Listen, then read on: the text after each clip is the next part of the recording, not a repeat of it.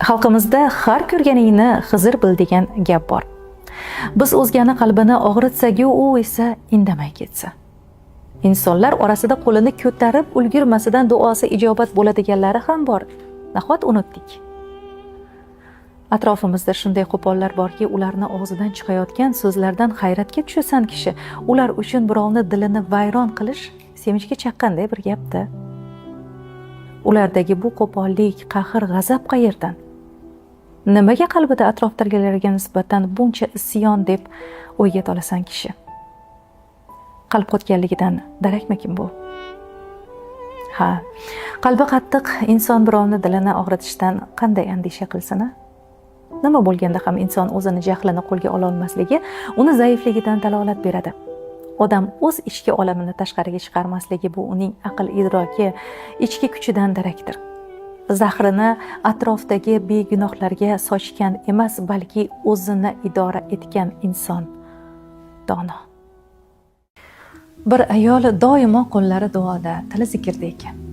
Yaratgandan birgina iltimos bilan ibodatlarida doim duo qilar ekan: "Ya Robbim, qalbimga xotirjamlik ber, halovat egasi qil meni" deb. Lekin o'zi esa har kuni rostini aytdim-ku deb kimnidir qalbini achchiq gapi bilan og'ritib qo'yayotgani sezmas ekan. Yana kimnidir men haqliman deb kechirmas ekan. Doim nimaga unda bor, menda yo'q deb o'zgalarning hayoti bilan o'zini solishtirib nolishni qo'ymas ekan. Xullas, bir so'z bilan aytganda kimnidir qoralar, kimnidir kamsitar, kimnidir kechirmas ekan. Bir kuni u olim bir kishini huzuriga borib so'rabdi: "Taqsir, nega duolarim qabul bo'lmayapti? Qalbimda sakinat yo'q" deb savol beribdi. Olim sokin ovozda javob beribdi: "Sen xotirjamlikni Allohdan so'rayapsan-u, lekin o'zing uni o'zingdan yiroqlashtiryapsan. So'zlaring bilan qalb sindirasan, g'iybat bilan barakangni o'chirasan, kechirmaslik bilan yuraklarni zanjirlaysan. Qalb xotirjamligi axloq bilan, amal bilandir. Endi o'zing bir tafakkur qilib, javobni o'zingdan qidir" deb javob berdi. Ayol uyiga qaytib birinchi marta duo qilibdi: "Ya Robbim, nafaqat xotirjamlik ber, balki uni saqlab qola oladigan qalb ber. Tafakkurimga kuch ber, idrok ber" deb. Ota-ona davrida farzandlar bir-biriga har narsani ilinib turadi. Hatto bir necha kun bir-birlarini ko'rmay qolishsa, ichkib kasal bo'lib qolgan holatlar ham uchraydi. Ulg'aygach esa turli nizolar. Jigardan birovga shikoyat qilib bo'lmasa, ularni majburlab o'zingizga muhabbat, mehr so'rab ola olmasangiz, yetti yot begonalar sizga muruvvatli bo'lsa-yu, jigarlaringiz befarq bo'lsalar, bundan og'riqroq narsa yo'q. Har bir ona farzandlariga umr tilash bilan birgalikda ularni bir-birlariga oqibatli bo'lishlarini ham Yaratgandan astoydil so'raydi. Har birimizda onamizning parchasi bor. Shuning uchun bo'lsa kerak, biz jigarlarimizni sog'inganimizda ularni vujudidagi onamiz bizni chorlasa kerak-da.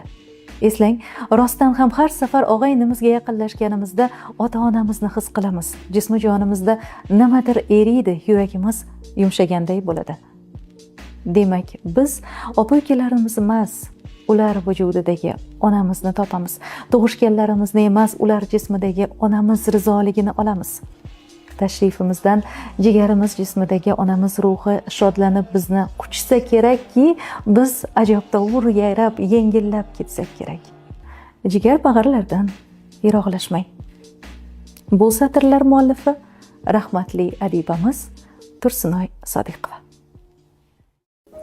Erkakni savoblaridan biri ayoliga gapirgan har bir mehrli so'zlarida.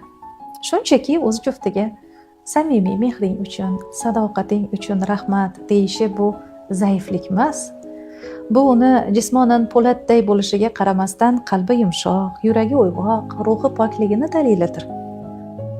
Mehr ne'mat, uni ulashish savob. Va unutmang, ayol shundayki, unga nimani bersangiz o'zingizga ziyodasi bilan qaytarib beradi. Yaxshiyam borsan, ikki og'iz gap, lekin qancha shifo bor bu jumlada. Ayolini qadrlagan, unga rahmat deya olgan erkakning qalbi yumshaydi. Birovlarning hayotini orzu qilmang. Siz ularga berilgan taqdirni go'zal taraflarini ko'rgansiz xolos. Har tangani ikkinchi tarafi ham borligi kabi ularni og'riqlarini balkim siz ko'tara olmassiz. Shuning uchun o'zgalar bilan hayotingizni solishtirmang. Ishoning, siz hozir o'zingiz uchun eng afzal munosib o'rindasiz. Solishtirish bilan mashg'ul insonlar xotirjamlikdan, sakinatdan mahrum bo'ladilar. Boshqalar hayoti ularniki. Biz ko'proq o'zimiz bilan ovora bo'la qolaylik. Toma-toma ko'l bo'lur. Katta janjallar mayda yolg'onlardan boshlanadi. Agar oiladagi munosabatlarni buzmoqchi bo'lsangiz, mehr-muhabbatni yo'q qilmoqchi bo'lsangiz, barbod qilmoqchi bo'lsangiz, unda juftingizga yolg'on gapirishnimi yoki nimanidir yashirishnimi boshlang, niyatingizga yetasiz. Ishonchingiz komil bo'lsin. Yolg'on bor oilada, ishoning, baxt yera olishadi u yerdan. Ikki juftni bir-biriga ishonchi yo'q munosabatlarda samimiy muhabbat yashamaydi. Achchiq bo'lsa ham haqiqat.